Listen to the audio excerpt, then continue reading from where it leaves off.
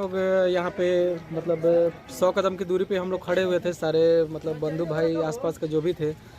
अचानक ट्रेन धीरे धीरे जा रही थी, धीरे धीरे जाते जाते इसकी आगे से 9वीं बोगी है जो अचानक अपने आप ऊपर उठ गई है।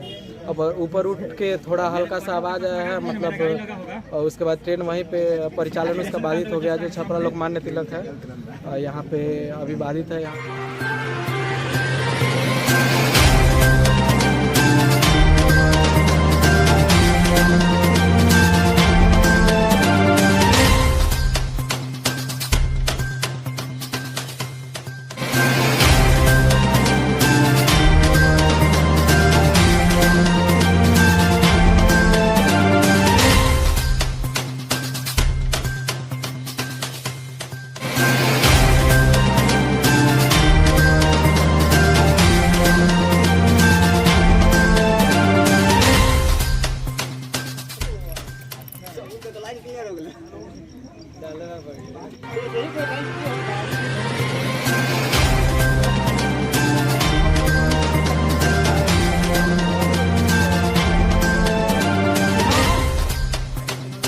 साइकिल मुसाई की गाड़ी हो, चक्का अच्छी हो, कौन सी गाड़ी? ट्रैक चेंज होला ना। हाँ, आगे सुनाली गाड़ी है।